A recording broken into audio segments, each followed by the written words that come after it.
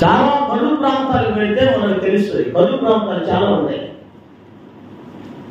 సరిగ్గా పంటలు పండినటువంటి ప్రదేశాలు, సరిగ్గా నీరు లేనటువంటి ప్రదేశాలు, ఎంతో క్షామం కలిగినటువంటి ప్రాంతముగా ఆ రోజుల్లో ప్రసిద్ధిగాంచింది ఈ పట్టణం. ఈ సమయంలో చాలా మంది ఆహారంలో కలవడిస్తున్నారు. షోమ్రోను పట్టణం అంతా కూడా గలిబిలిగా ఉన్నది. షోమ్రోను పట్టణం అంతా కూడా ప్రజలు దిగ్భ్రాంతికి గురయ్యారు. ఆహారం లేదు, నీరు లేవు, సరైనటువంటి ఆహార పదార్థాలు లేక ఆలపడిస్తున్నారు.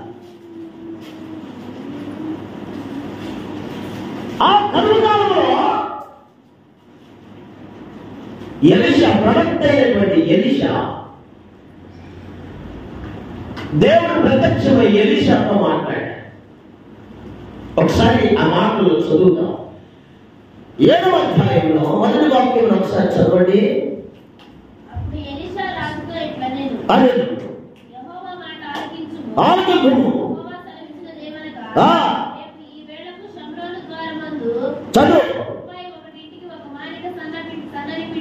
సన్నని పిండియు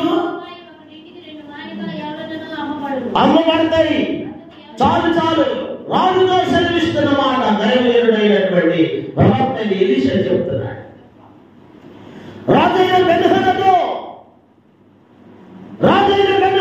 జాగ్రత్త గమనించే సంగతి ఏమిటో తెలుసా? రేపు ఈ వేళ, ఎప్పుడంట? రేపు ఈ వేళకు షోమ్రోను ద్వారమందు రూపాయి 1కి సన్నని పిండి, రూపాయి 1కి ఎవల పిండి అమ్మబడుతుంది. జాగ్రత్త. సన్నని పిండి రూపాయి 1కి 2 మాదిగలు ఎవల పిండి అమ్మబడును. కలువు వేడతోటం చేస్తున్న రోజులవి. ప్రజలు ఆహారాన్ని కలవడిస్తున్నారు.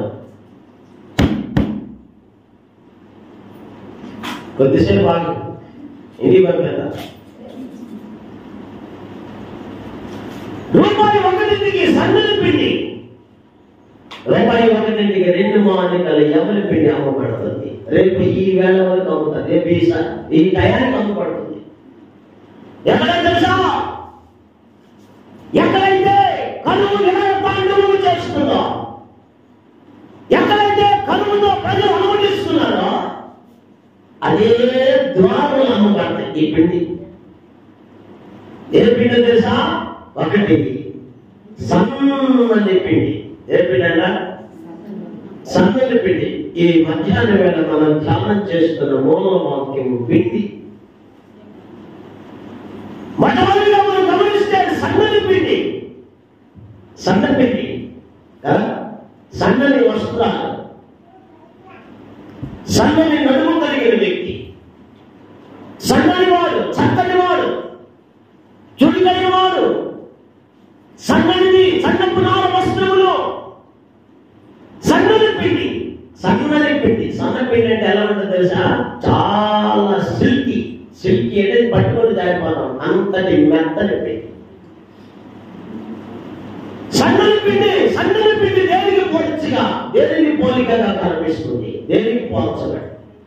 సన్నని పిండి గమనిస్తే పోయారా? సన్నని పిండి అది మెత్తని హృదయములకు సూచనగా కనపడుతుంది. మొట్టమొదటిగా సన్నని పిండి మెత్తని హృదయము. రెండవదిగా గమనిస్తే సన్నని పిండి మాంసపు గుండెకు గుర్తుగా కనపడుతుంది. మాంసపు గుండె. ప్రభు చెప్పాడు, మీరు నుండి రాతి గుండెలను తీసివేసి మీకు మాంసపు గుండె చేస్తాను. మాంసం గుండె ఎక్కడుంది? గుండె ఎవరైనా గుండె కూడా చాలా గుండె మాంసం చాలా మెత్తగా ఉన్నది, తినడానికి రుచికరంగా ఉంటుంది గుండె. సన్నని పిండి మెత్తని గుండెను సూచిస్తుంది. రెండవదిగా మెత్తని గుండె. మూడవదిగా తగ్గింపు జీవితం సూచిస్తుంది. సన్నని పిండి తగ్గింపు జీవితానికి గుర్తు. నాలుగవది గమనిస్తే భక్తిని సూచిస్తూ ఉన్నది. సన్నని పిండి భక్తిని సూచిస్తుంది. ఐదవది గమనిస్తే పరిశుద్ధతను గుర్తు చేస్తుంది. సన్నని పిండి పరిశుద్ధతకు గుర్తు. ఆరోగ్యంగా గమనిస్తే సన్నని పిండి కనికరములకు గుర్తు. చూడండి, ఎవరి అందైతే మెత్తని హృదయం అంటారు వాళ్ళలో కనికరం ఉంటుంది. కనికరం. యేసయ్య కనికరా పూర్ణుడు, కనికరా సంపన్నుడు. ఆయన కనికరము కలిగిన దేవుడు. ఈ సన్నని పిండి కనికరమును సూచిస్తుంది. ఏడవదిగా ఇది ప్రేమకు గుర్తుగా కనబడు, ప్రేమను సూచిస్తుంది. సన్నని పిండి 7 అనుభవాలు ఉన్నాయి. సన్నని పిండిలో 7 అనుభవాలతో కూడింది సన్నని పిండి. సన్నని పిండిలో చిట్ట చివరిగా గమనిస్తే ప్రేమ నిలిచి ఉన్నది. అందులో ప్రేమ ఉంది. సన్నని పిండి ప్రేమకు గుర్తు. 7 అనుభవాలను మనం గమనించినప్పుడు ఈ సన్నని పిండి చాలా సిల్కిగా పట్టుకుని దారిపోతా ఉంటుంది. చూడండి, పళ్ళు లేనివాడు కూడా తినచ్చు. మెత్తని పిండి సన్నని పిండి పళ్ళు లేనివాడు కూడా తినచ్చు. తినకు రుచికరంగా ఉంటుంది. రొట్టెలు చేసినప్పుడు ఆ సన్నని పిండితో రొట్టెలు చేసి చూస్తే ఆ రొట్టె చాలా రుచికరంగా ఉంటుంది. సన్నని పిండితో చేసిన రొట్టె. ఈ సన్నని పిండి 7 అనుభవాలను సూచిస్తుంది. ప్రేమకు సూచనగా కన్నా చెట్టు చివరిగా ప్రేమ యేసయ్యను సూచిస్తూ ఉన్నది. ప్రేమ యేసుని ప్రేమ అది ఎవరు కొలువలేనిది.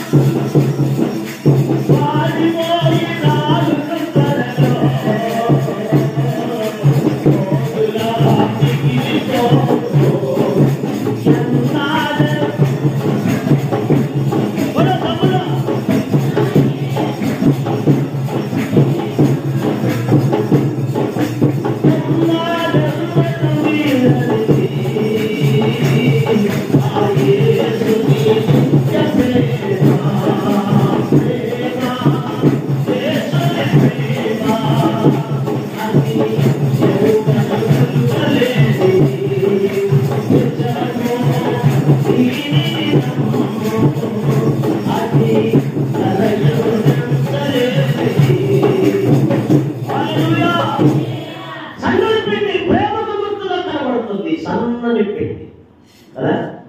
సన్నని పిండి చాలా మధురంగా ఉంటుంది. సన్నని పిండి ఆనాటి కాలంలో కూడా సన్నని పిండి ఉపయోగించారు.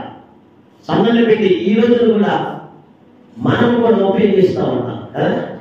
ఆశీర్వాదం పిండి, ఆశీర్వాదం గోధుమ పిండి మెత్తగా దుదిలా ఉంటాయట. వాడితే ఆశీర్వాదం పిండే వాడని అంటున్నారు. మళ్ళీ మీరు శాపం పిండి వాడుతున్నారో ఆశీర్వాదం పిండి వాడుతున్నారో తెలియదు. బైబిల్ గమనిస్తుంది కదా. రేపు ఒకటికి సన్నని పిండి అమ్మబడుతుంది. కల్లు ప్రాంతంలో ప్రకటన చేస్తున్నాడు దైవజనుడు. ఈనాడు కరువు విలంబం చేస్తుంది. భక్తి ఈశ్వరం దైవం కనిపించిన రోజులేవి. భక్తికి కరువు కాలం వచ్చింది. భక్తి కనపడిన కరువు కాలం ఇదే. ప్రార్థన కరువైన కరువు కాలం ఇదే. మానవుల జీవితంలో పరిశుద్ధంగా కరువైన కరువు కాలం ఇదే. ప్రేమలు అనురాగములు ఈశ్వరం దైవం కనిపించని రోజులలో మనం జీవిస్తున్నాం. ఇది కరువు కాలం. క్షమకాలంలో జీవిస్తున్నాం. క్షేమకాలంలో కాదు మనం ఉన్నది. క్షామకాలంలో అంటే క్షామం అంటే కరువని అర్థము. భక్తి కరువైపోయింది. భక్తి కరువైపోయింది. ప్రార్థన కరువైపోయింది.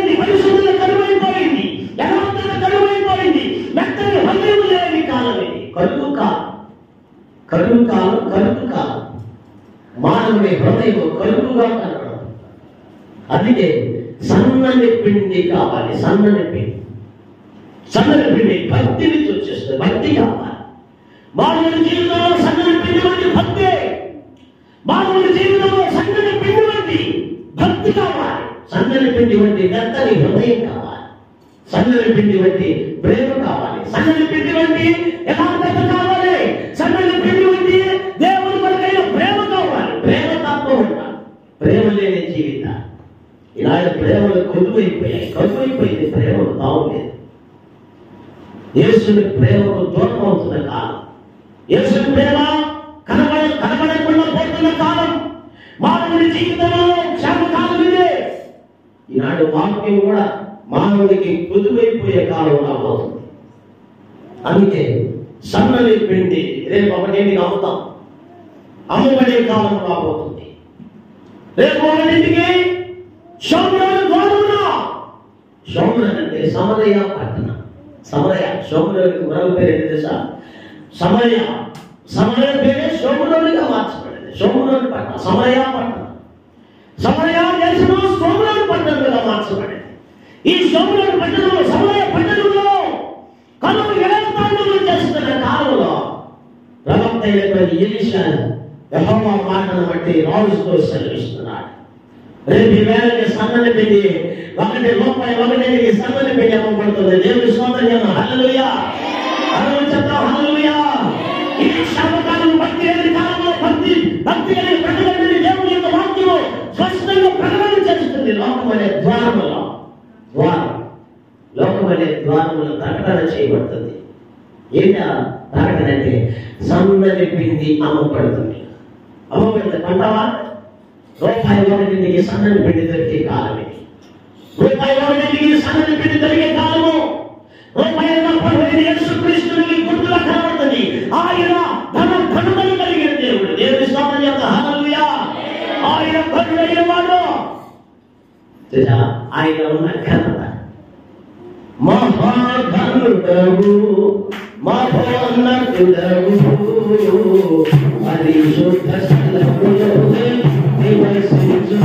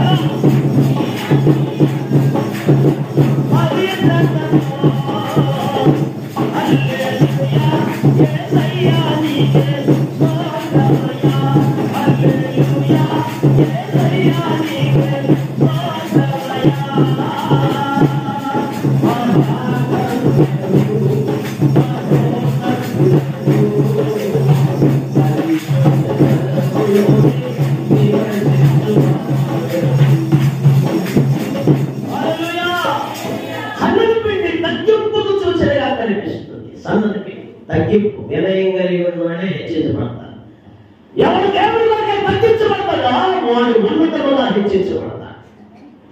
ఎవరు దేవుడి కొరకే భక్తిలో విధేయత కలిగి ఉంటాడో వాడు ఉన్నతంగా అభివృద్ధి చెందాడు. వాడక అంతగా సేవలు నేనక బొల్లకుందక జరుగు దేవుని స్తోత్రం చెప్పు గట్టిగా హల్లెలూయా చెప్పాలి. హల్లెలూయా హల్లెలూయా చెప్పాలి. హల్లెలూయా.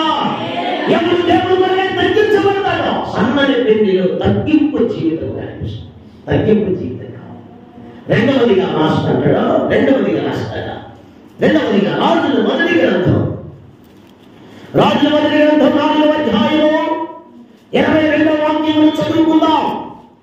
రెండవదిగా రాస్తాడు రాజుల మొదటి గ్రంథం 4వ అధ్యాయం. భోజనము సామగ్రి ఎంత ఎనగా 600 తూముల సన్నపు గోధుమ పిండియు ముతక పిండి.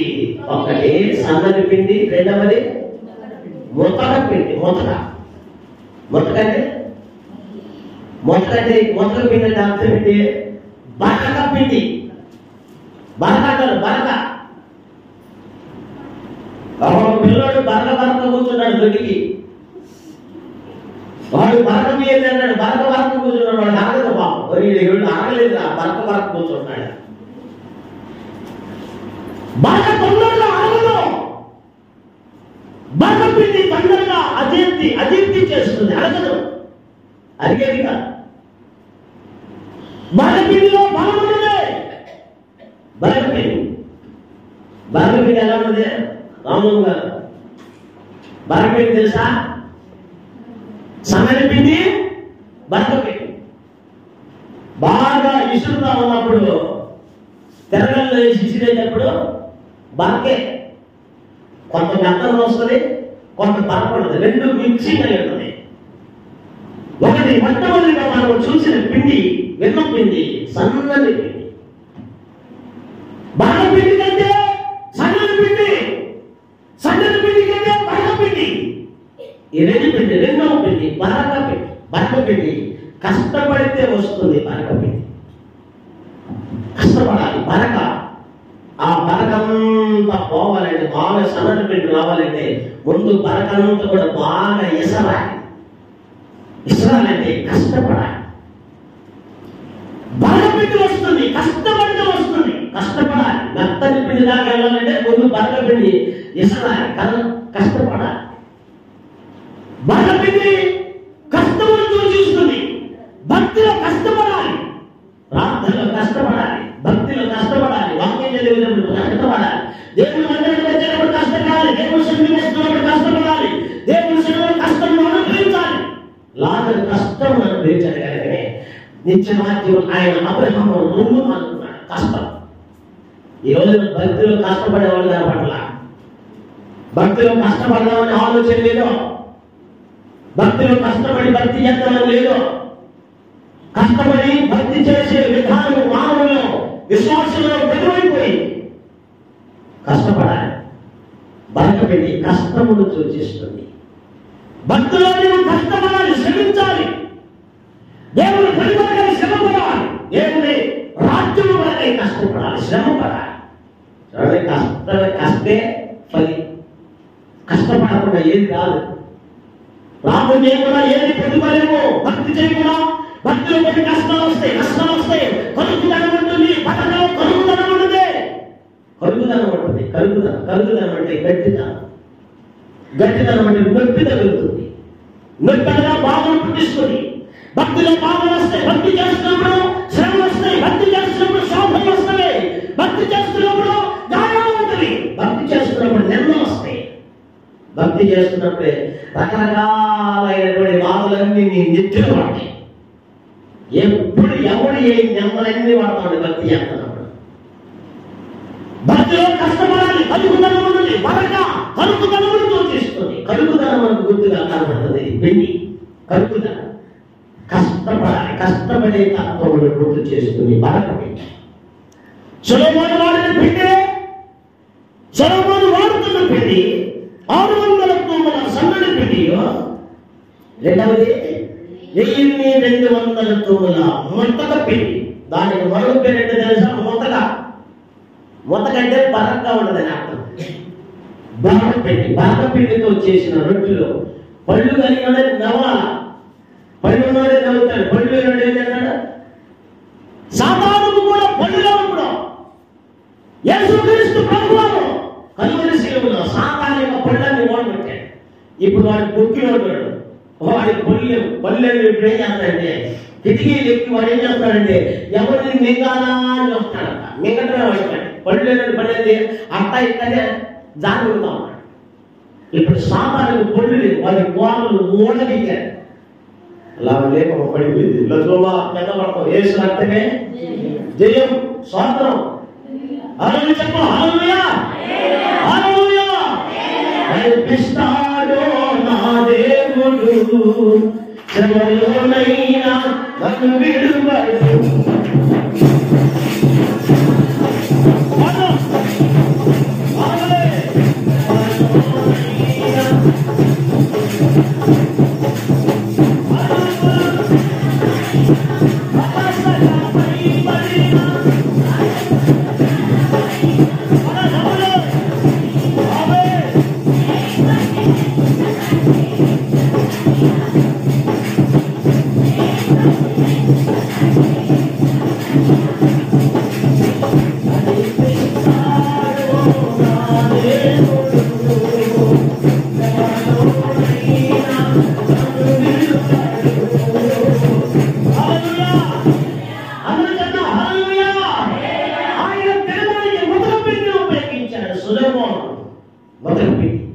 మొదలుపిండి కూడా తినాల.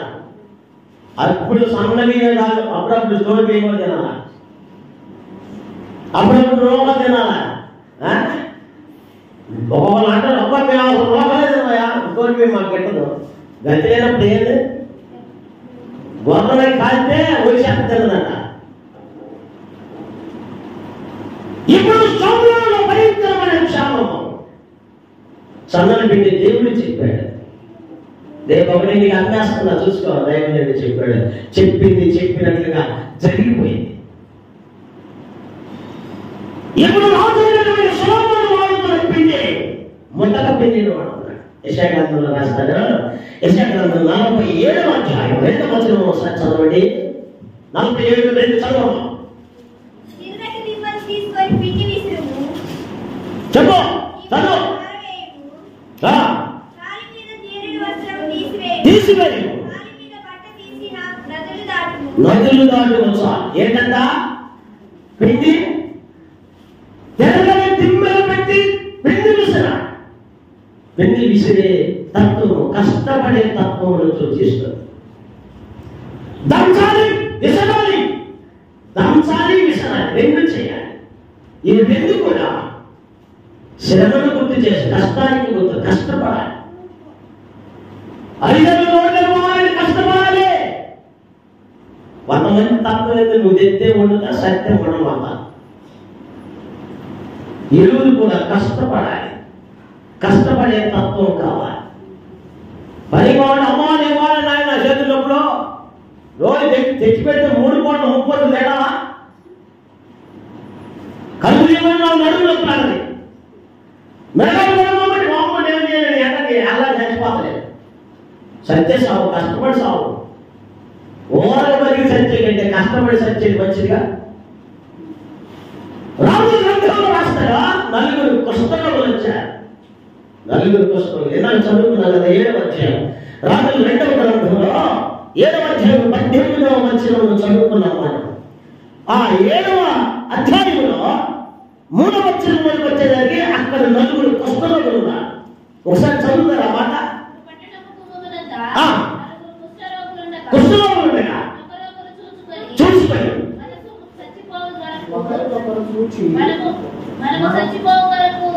దర్శనం పడబాగాలి. ఎలా ఉంటుందండి? మనము చచ్చిపోవడం వరకు ఎక్కడ ఎందుకు ఉండవలనో పట్టణంలోనికి పోవడం అనుకుంటున్నా. క్షమముందున అచ్చర చచ్చిపోవడము, ఇతర మూలక కూర్చున్నాను, ఇతరులు చచ్చిపోవడము. పదండి పోలు రండి, బ్రతుకుతాము అని చెప్పుకుంటున్నారు నలుగురు కుష్ఠరోగులు. ఏం చెప్పుకుంటారు?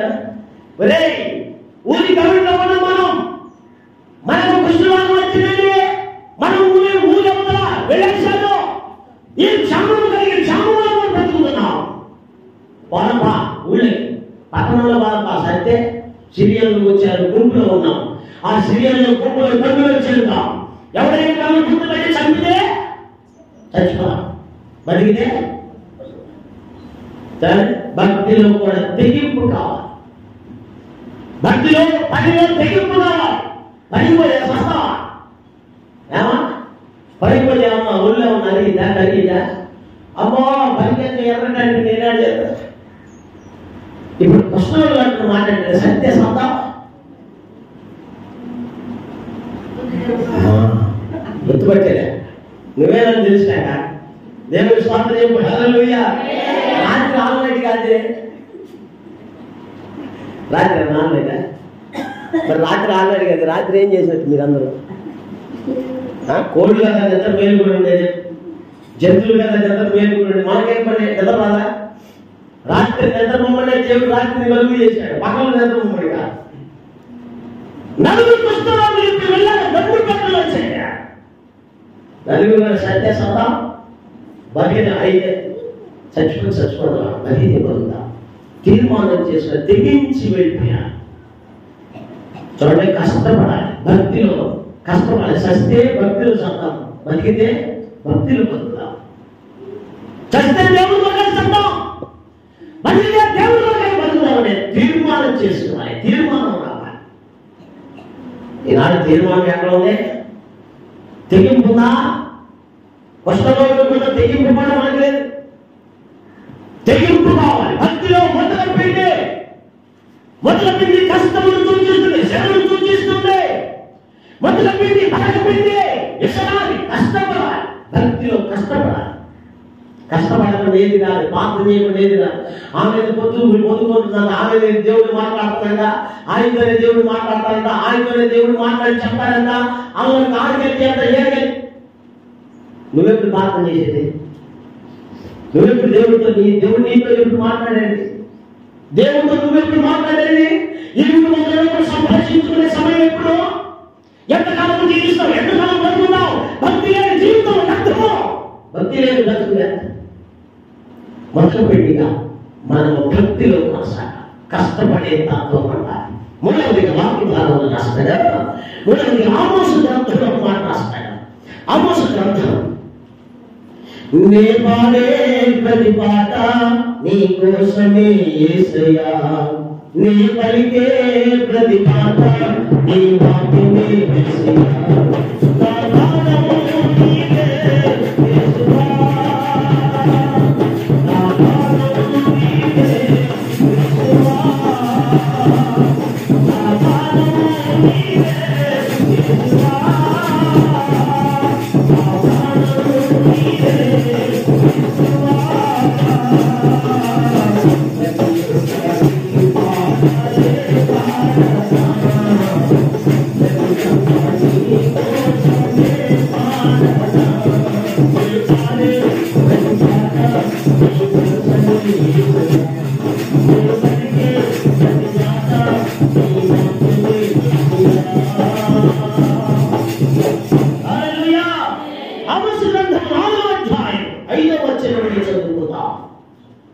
చదవండి. పులిసిన పిండితో స్తోత్రార్పణ అర్పించాలి.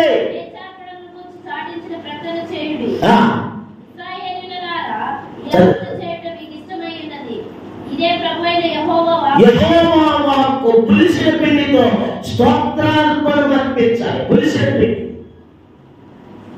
పులిసిన పిండి, పులిపిండి, పులిపిండి, పులిసిన పిండి దేనికి సాదృశ్యంగా కనబడుతుందంటే దేవుడిని విడిచిపెట్టిన జీవితాన్ని సూచిస్తుంది. పులిపిండి పరిపూర్ణ జీవితమును సూచిస్తుంది. పులిపిండి పాపము జీవితమును సూచిస్తుంది. పులిపిండి రోత జీవితమును సూచిస్తుంది. స్వేచ్ఛార్పణ, స్వేచ్ఛార్పణ ఎలా అర్పించాలి తెలుసా? పులిపిండితో అర్పించాలి. పులిపిండి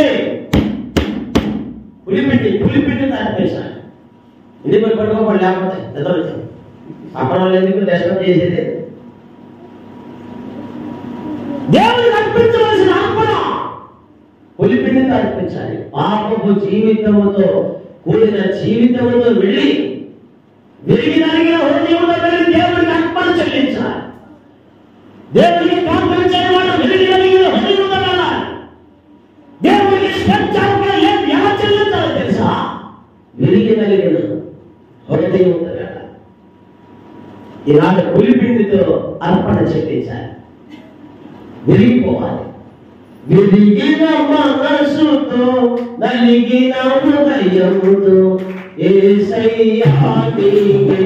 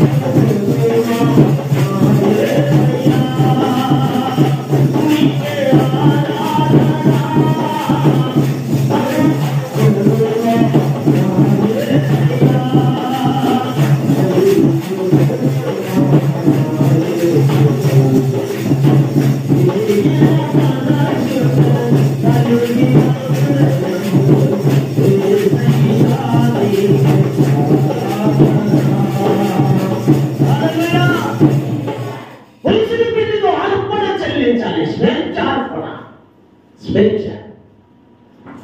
దేవుని స్వేచ్ఛ, దేవుని స్వేచ్ఛ, ఆత్మ సంబంధమైనటువంటి పరమరాజ్యములకు వచ్చే స్వేచ్ఛ, దేవునికి వచ్చే స్వేచ్ఛ, ఆత్మ సంబంధమైన స్వేచ్ఛ. స్వేచ్ఛతో దేవునికి అర్పణ చెల్లించాలి. పులిసిన పిండితో పులిపిండి వాక్యం అంటాడు. పులిపిండి మీకు తగనంటాడు. పులిపిండితో జాగ్రత్తగా ఉండని అంటాడు. అంటే పాపము జీవితం, రోత జీవితము, యెహోవా సంబంధమైన జీవితము జాగ్రత్త. ఇవన్నీ కూడా మనల్ని పాడు చేస్తే ఏంటని అర్థం. తండ్రులు ద్రాక్షకాయలు తిరగా పిల్లల యొక్క పడు పిలిచిన రాసే వాక్యం. తండ్రులు ద్రాక్షకాయలు, తండ్రులు అయిన వారు, ఇశ్రాయేలు ప్రజలైన వారు, ఆదాము చేసిన దోషము నేరము ఈనాడు ఆయన పిల్లలుగా ఉన్నటువంటి మన బయటపడింది. అమ్మ వాళ్ళు తిన్నాడు ద్రాక్షకాయలు పుల్లని పులుపు పాపములకు చూసేలా కనిపిస్తుంది, పాపములకు గుర్తుగా కనబడుతుంది. ఆదాము చేసిన అతిక్రమము, ఆదాము చేసిన జ్ఞానం ఇప్పుడు ఎవరికి ఏర్పడిందంటే తన పిల్లలైనటువంటి వారందరికీ ఆ పాపము ప్రాప్తించింది. అందుకే తండ్రులు తిన్నారు ద్రాక్షకాయలు, పిల్లలు పళ్ళు కుడిశాయి. పాపము పరిపక్వమై మరణము కన్నది. ఇప్పుడు మరణము లోకంలో ఏలుబడి చేస్తుంది. దేవుని స్తోత్రం చెప్పండి. హల్లెలూయా, హల్లెలూయా చెప్తాం. హల్లెలూయా. నాలుగు గమనిస్తే వాక్యం అంటారుగా పులిపిండితో మీరు స్వేచ్ఛార్పణ చెల్లించాలి. స్వేచ్ఛ పులిపిండితో పలికి కలిగిన హృదయంతో దేవుని దగ్గరికి వెళ్ళి మనం స్తుతులు చెల్లించాలి. ఏడ్చి హృదయం బద్దలు కొట్టుకొని ఈ హృదయంలో ఉన్నటువంటి ఏదంతా దేవుని పాదముల దగ్గర గమనించే ఆయన పాదాలు పెట్టుకొని వేడుకోవాలి.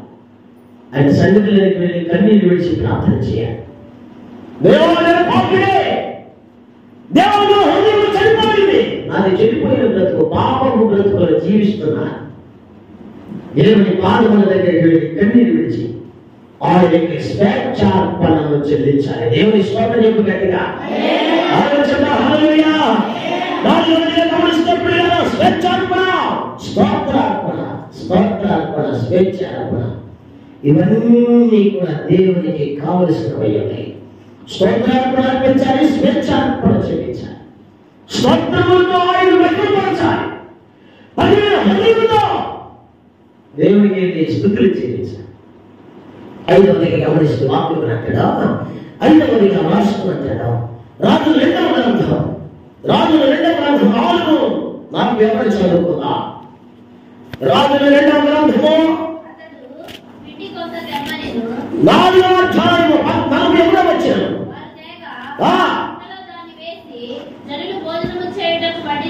వడ్డించమని చెప్పారు. ఏ జబ్బు కనిపించలేదు. దేవునికి స్తోత్రం. హల్లెలూయా, హల్లెలూయా. శిష్యులు కొందరు వెళ్ళి కోలాబులు తెచ్చుకొని వచ్చారు. తెచ్చుకొని వచ్చి కొండలు వేసి వండారు, వడ్డించారు. రుచి చూడగా అందరూ విషమున్నదని గ్రహించారు. విషమున్నది ఎవరు తినద్దని ప్రకటన చేయగా అందరూ తినకుండా పక్కన పెట్టారు. దైవజనుల దగ్గర వచ్చి చెప్తున్నారు, దైవజనుల కొండల విషయం ఉన్నది. వెంటనే దైవజనుడు చెప్పాడు, కొంత పిండి తెమ్మని పిలిచాడు, ఆజ్ఞాపించాడు. పిండి తీసుకురాడు. పిండి 4 5 వేసిన పిండి, కొండలో వేసిన పిండి, కొండలో పిండి ఉన్నారు. కొండ రాతి కొండలో నేను ఖాళీ అయి ఉన్నాను, రాతి కొండలో నేను ఖాళీ అయి ఉన్నాను.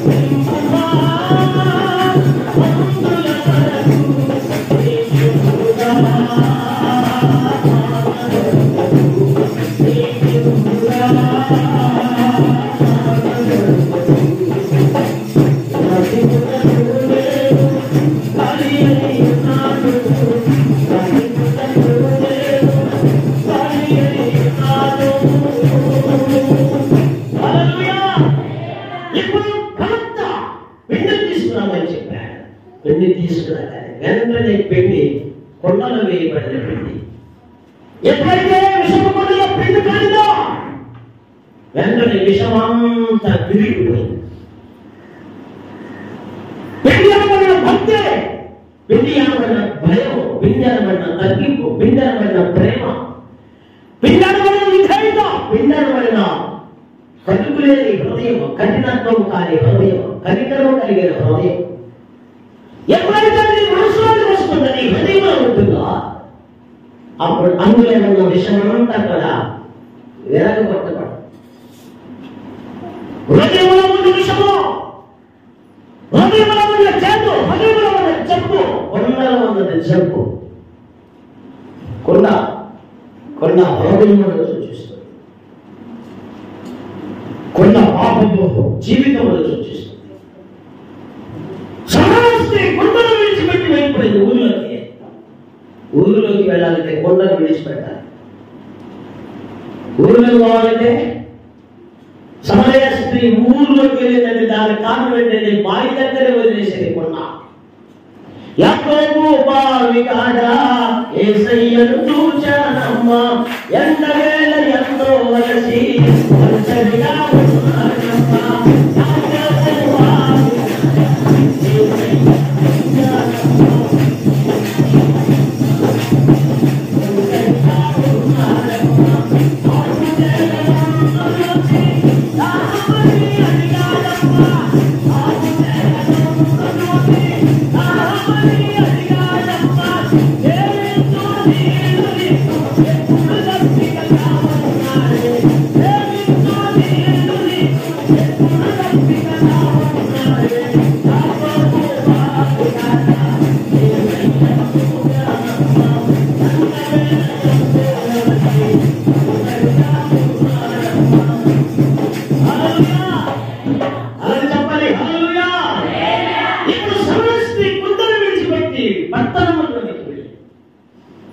ఈనాడు విడిచిపెట్టాలి కొండ.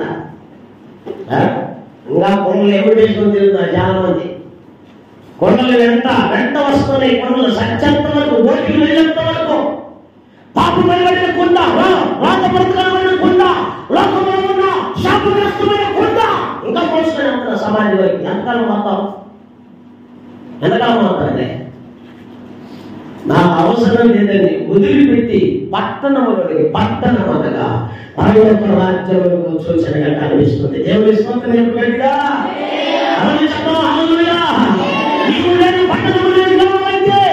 ఈ దేహంలో ఉన్న పాపము కొండను పగలబట్టాలి, విడిచిపెట్టాలి. ఈనాడు పగలబెట్టేది లేదు, విడిచిపెట్టేది అన్ని అక్కడే ఉంటాయి. దానిపై మట్టి కొండ, మానని కొండ, విషపు కొండ.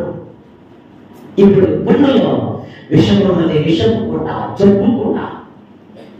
ఈనాడు విషపు కొండ హృదయంతరంగా ఉందా చెడిపోయింది, అంతరంగం అంతా చెడిపోయింది. ఇప్పుడు అది బాగుపడాలంటే పిండి దారిలో వేయాలి. కొంచెము పిండి, కొంచెము భక్తి. నీలో ఉన్న పాపాన్ని, శాపాన్ని, లోపల ఆ పాపం హృదయాన్ని, పాప బతుకునే, లోప బతుకునే భయంకరమైనటువంటి కార్యములన్నిటినీ కూడా ఈ పిండి దాని లోపలికి చొచ్చుకుని వెళ్ళి విషమునంతటిని విరిచివేసి పవిత్రమైన జీవితం కలుగు చేస్తుంది భక్తి. దేవుని స్వాతంత్రం గట్టిగా అందరి భక్తులే, తప్పని భక్తులే. నా భక్తి సంగతి నీకు తెలీదు, నేను నా భక్తి అన్నాను నీకు తెలీదు. కొంతమంది భక్తి మనుషులు ఎదుట, కొంతమంది భక్తి వీటి మూలలో కనిపిస్తా ఉంటాయి, కొంతమంది భక్తి వేషధారణలో కనిపిస్తుంది, కొంతమంది భక్తి మాటల్లోనే. తేనెలాంటి తీపి మాటలు వల్లించుట దేనికమ్మా, తేనెలాంటి తీపి మాటలు వల్లించుట దేనికమ్మా, ప్రియులు దేనికమ్మా,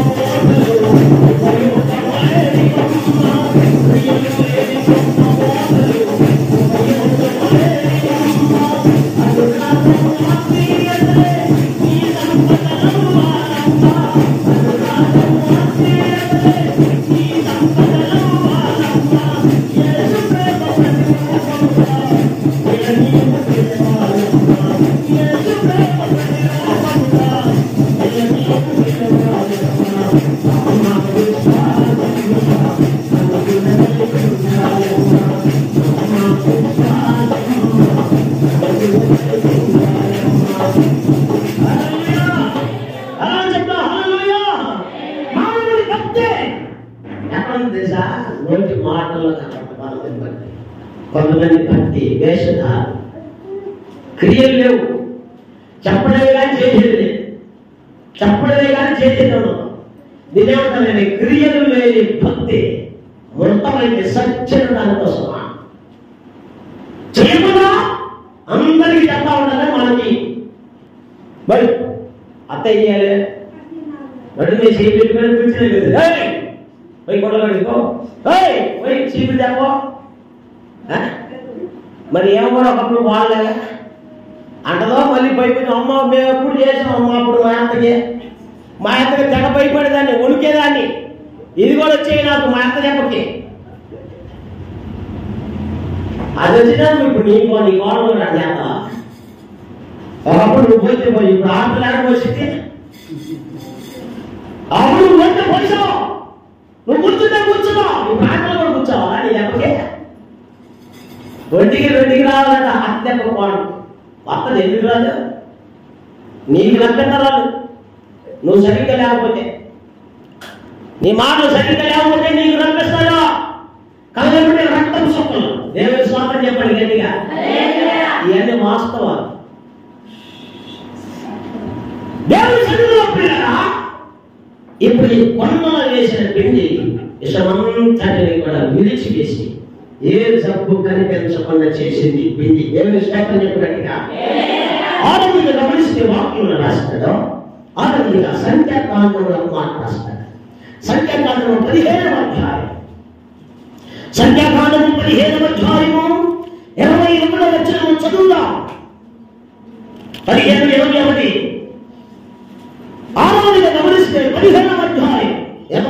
వచనము చదువుతాం. అమ్మా, నీ తరతరములకు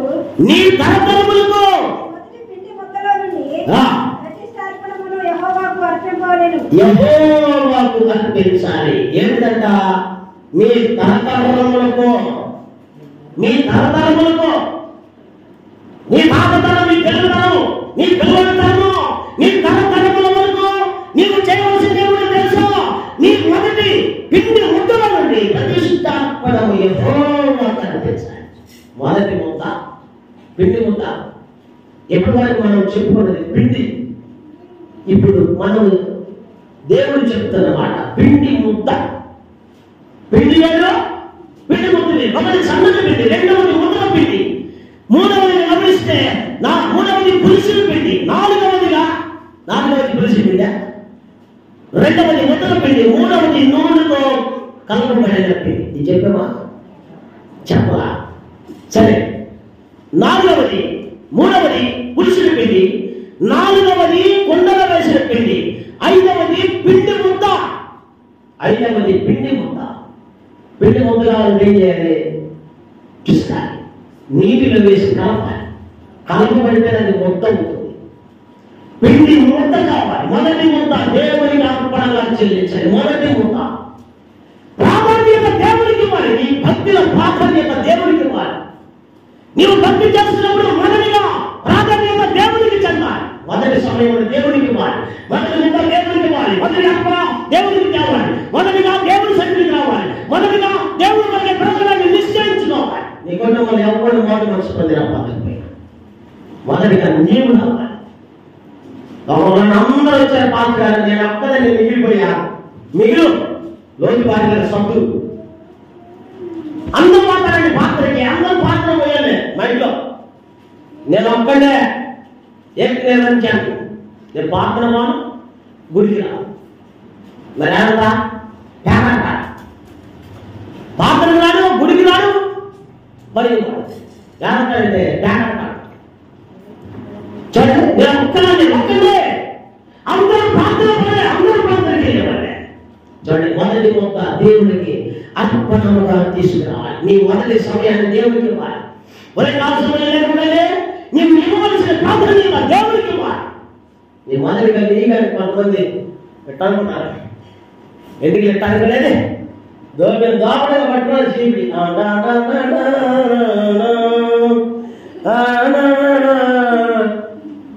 పాట బలి. అసలు మనకి ఎవరికి వాళ్ళు ప్రాధాన్యత?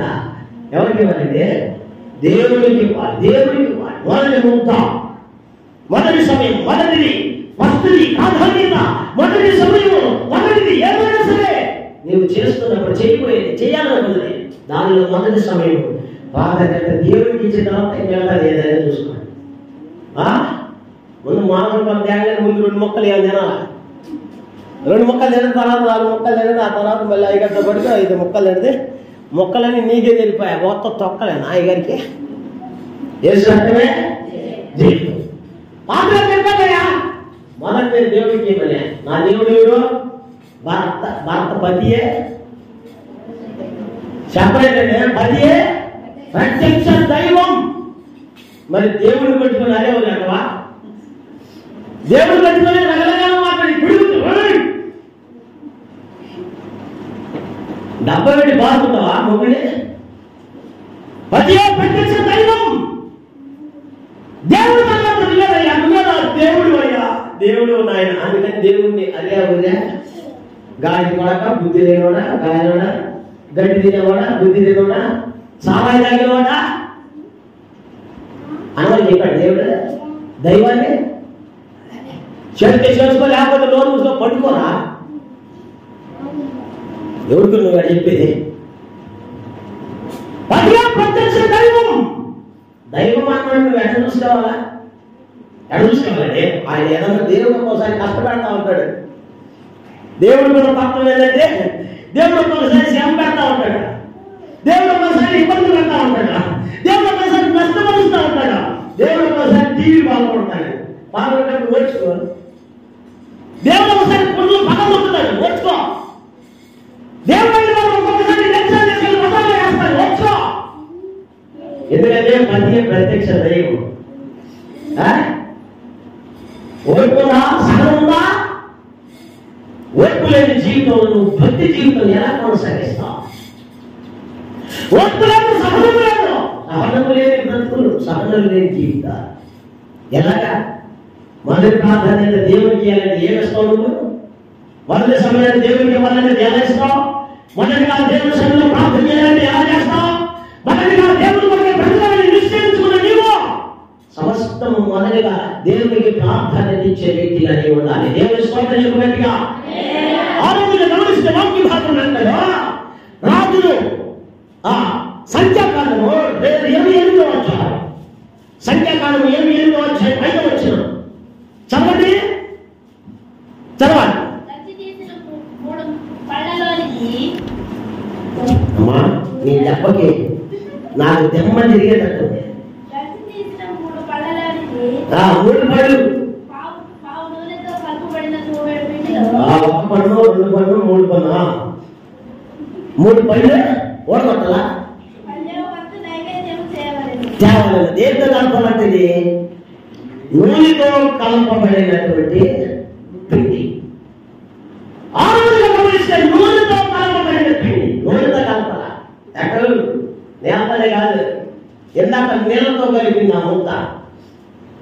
మొదటి ముద్ద నీళ్ళతో కలిపించాం. ఈ ఆరోగ్యంగా గమనిస్తే నూనెతో కలిపిన పిండి కూడా, నూనెతో కలిపి పిండి, నూనెతో కలిపి పిండి ఎక్కడ చెప్పండి? చాలా స్మూత్ గా ఉంటుంది. నూనెతో కలిపింది చాలా చాలా సిల్కీగా ఉంటుంది.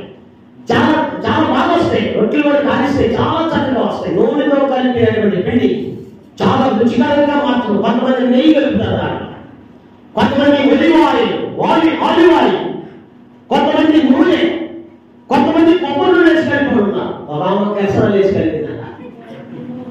అబ్బాయి ఎంతమంది ఈ మధ్య కాలంలో ఒకటి చేస్తున్నాడు రొట్టెలు, యూట్యూబ్ లో చూసా. వాళ్ళు డీజిల్ పెట్టి కాలుస్తున్నాడు రొట్టెలు. డీజిల్ బండి చేస్తున్నాడు, డీజిల్, ఆ డీజిల్ తో కాలుస్తున్నాడు రొట్టెలు. చాలా రుచికరంగా ఉన్నాయి. మరి జంట సత్తాలు బతుకుతారు, తిరిగి అందరూ బతికే ఉన్నారట. ఆరోగ్యంగా మనం కలపవలసినటువంటి పిండి అందులో నూనె ఉండాలి. నూనెతో కలిపిన పిండి, నూనె ప్రార్థన జీవితంలో సూచిస్తుంది. నూనె వాక్యములకు గుర్తుగా కనబడుతుంది. నూనె ప్రార్థనకు గుర్తుగా కనబడుతుంది. పిండి భక్తిని చూసి, భక్తిలో నూనె ఉండాలి. భక్తి చేసేప్పుడు ప్రార్థన చేయాలి. ప్రార్థన చేసేవాళ్ళు భక్తి లేదు. భక్తిగా దేవుని మందిరానికి యేసు రక్తమే చేయమనుకున్నాం. ఎగబడుకునే దించేదిలే, తల కూడా చూపేదిలే. దేనికి వచ్చే పాత్రకి కానీ ఆ మహాను కనుకో రావచ్చుగా. రాజు మొక్కం, రాజు మొక్కం, బస్ట్ మొక్కం. దేవుని సన్నిధికి ఎక్కడ వచ్చేది? తలలో సరిగ్గా దూకొని రావద్దా? సరే నువ్వు శుభ్రంగా శుభ్రం అనేది నీ జీవితంలో లేదు. కొన్ని జీవితాలు అంతే. ప్రార్థన చేసినప్పుడు భక్తి చేసినప్పుడు ప్రార్థన, ఈ రెండు కలగాలి. ప్రార్థన, భక్తి. పిండి నూనెతో కలిపిన పిండి, నూనె ప్రార్థనతో జోడించాలి.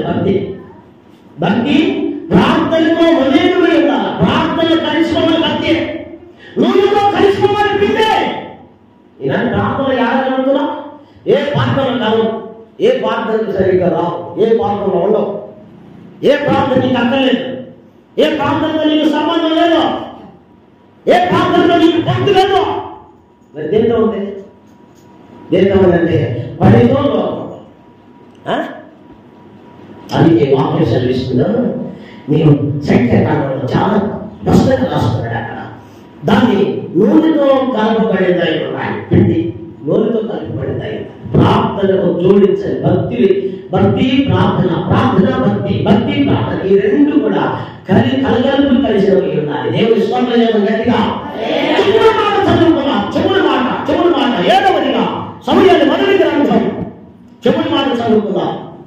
సమూయేలు మొదటి గ్రంథము 15వ అధ్యాయం, సమూయేలు మొదటి గ్రంథం 15వ అధ్యాయం 28వ వాక్యం చదువుదాం. చదవండి. 17:28.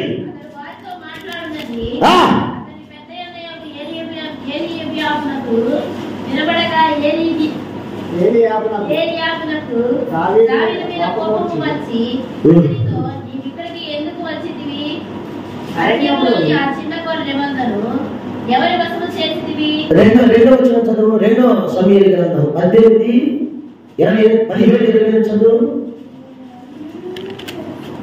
17, 28. 2వ సమూయేలు గ్రంథం 2వ సమూయేలు గ్రంథం అరణ్యమందు జనులు చదువు. అలసిన వారై ఆకలిగొని అదిగో అరణ్యమందు జనులు అలసిన వారై ఆకలిగొని దప్పికై ఉందురని పరుపులు, పాత్రలు, తలంచి పరుపులు, పాత్రలు, కుండలు, గోధుమలు, ఎవల పిండి, పిండి వేసిన గోధుమ కాగధాన్యములు, ఎవలు పిండి వేచిన గోధుమలు, కాయధాన్యములు, చిక్కులు కాయలు, పేలాలు, తేనె, వెన్న, గొడ్డలు, జున్ను ముద్దలు, జొన్న ముద్దలు కాదు, జున్ను ముద్దలు దావీదును అతని యొద్దనున్న జనులను భోజనము చేయడానికై తీసుకొచ్చారు. భోజనానికి కావలసిన పిండి యవల పిండి, భోజనానికి శ్రేష్టమైన ఆహారం. చెడ్డజోడిలో భోజనములకు ఆహారము, ఆకలైన ప్రతి వారికి ఆకలి కలిగిన ఆహారం ఏంటో తెలుసా? యవల పిండి. యవల పిండి ప్రభు అయిన యేసుక్రీస్తునకు గుర్తుగా కనబడుతుంది. యవల పిండి ఉపవాసం చేస్తున్నప్పుడు సాధారణ ఏమయ్యా, నువ్వు దేవుడు మీద రొట్టెలను 4 రొట్టెలు వేసుకొని తినచ్చుగా. మనుషులు రొట్టె వలన మాత్రం కాదు, కానీ దేవుడి నోటి నుంచి వచ్చే ప్రతి మాట వలన మనుషులు బ్రతుకుతారు. ఆకలి ప్రతి వాటికి కావాల్సింది ఎవరు రొట్టె, ఆహారం. ఆకలి తెచ్చే రొట్టె ఎవరి రొట్టె? ప్రభు అయిన యేసుక్రీస్తులకు గుర్తుగా ఉంది, ఆయన మాటలకు గుర్తుగా ఉంది ఈ రొట్టె. ఇప్పుడు జనులందరూ ఆకలి ఉన్నారు, ఆకలి తీర్చడానికి ఉపయోగపడింది ఎవల పిండి. ఉందా? యేసుక్రీస్తుని ఆకలి తీర్చేవాడు, నీ దాహమును తీర్చేవాడు. అందుకే నేను జీవాహారం, జీవజలము ఓటను. సమరీయుడు చెప్పాడు కదా, ఈ నీళ్లు తాగేవాడు మళ్ళీ తప్పికొంటాడు. నేనిచ్చే నీళ్లు తాగితే ఇక జీవితం ఎప్పటికీ తప్పిన జీవజలముల మూట. గుర్తుగా కనబడుతున్నాడు. విరవబడిన రొట్టె ఎవల రొట్టె? చూడండి, సన్నిధి రొట్టె ఎవల రొట్టె? దేవుని యొక్క సన్నిధి బల్ల మీద ఉంచబడిన రొట్టె ఎవల రొట్టె? విరవబడిన రొట్టె ఎవల రొట్టె? ఆయన ఆహారానికి మంచిదైన రొట్టె ఎవల రొట్టె? యేసుక్రీస్తునకు గుర్తుగా కనబడుతుంది ఈ రొట్టె. దేవుని స్వార్థం యొక్క గట్టిగా ఈ రొట్టె యుద్ధము చేయగలదు. ఎక్కడ చేయాలన్నమాట?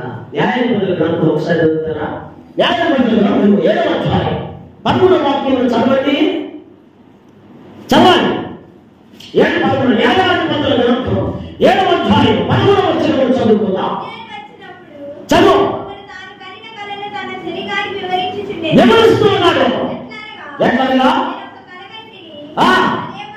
ఏమనగా దొరికి వచ్చి పడిపోయింది. గుడారమును పడగొట్టగలిగినంత శక్తి సామర్థ్యం కలిగింది ఎవల రొట్టె. పాపము చేయగలిగింది రొట్టె. చూడండి, ఈ పాపము కూడా, పాపము ఇల్లు, పాపము గుడారమై ఈ పాపము గుడారము పతనం చేస్తుంది రొట్టె. ఈ రోజు మనం సజీవంగా పవిత్రంగా ఉండమంటే దానికి అర్థం, దానికి కారణం ఏంటో తెలుసా? ఎవల రొట్టె అయిన ప్రభు అయిన యేసుక్రీస్తు దానికి గుర్తు. ఆయన గుడారములో చూచారు. పాపము గుడారంలోకి వచ్చారు ఆయన. ఈ పాపము ప్రపంచంలో వచ్చారు ఆయన. ఈ గుడారమును పతనం చేయడానికి, ఈ గుడారమును పతనం, ఈ గుడారమును పాపము హృదయం పగలబట్టి దాన్ని పవిత్రపరిచి పరలోక రాజ్యంలో తీసుకుని వెళ్ళడానికి ఆ గుడారంలోనికి తొలుకుంటూ వచ్చింది రొట్టె. దేవుని స్తోత్రం చెప్పగలిగా యేసుక్రీస్తు లోకంలోకి రావడానికి కారణం ఈ గుడారంలో ఉన్న పాపమును తీసివేయడానికి. ఆయన పాపమును తీసివేయడానికి వచ్చాడు, గుడారమును పతనం చేయడానికి. చూడండి, మన మీద తప్పబడిన పాపము గుడారమును తీసివేశాడు. మన మీద తప్పబడిన, మన మీద హంతమైన పాపము, శాపము ఆయన కల్వరి శిలువలోకి ఎక్కి సమస్తమును ఆయన గుడారమును పడగొట్టేశాడు. ఇప్పుడు మనకి దగ్గర పరలోక రాజ్యంలోకి వెళ్ళే భాగ్యమును కలుగు చేసింది ఈ యవన కంటే ప్రభు యేసుక్రీస్తే దానికి సాదృశ్యంగా ఉన్నాయి. కాబట్టి ప్రియులారా, 7 అనుభవాలతో 7 రకాల పిండిని మనం జ్ఞాపకం చేసుకున్నాం. 7 రకాల పిండితో మన హృదయంలో భద్రపరుచుకొని ప్రార్థన కొరకు ముందుకు సాగిపోవడం. ఇది మాత్రం దేవుడు దీవించి ఆశీర్వదించి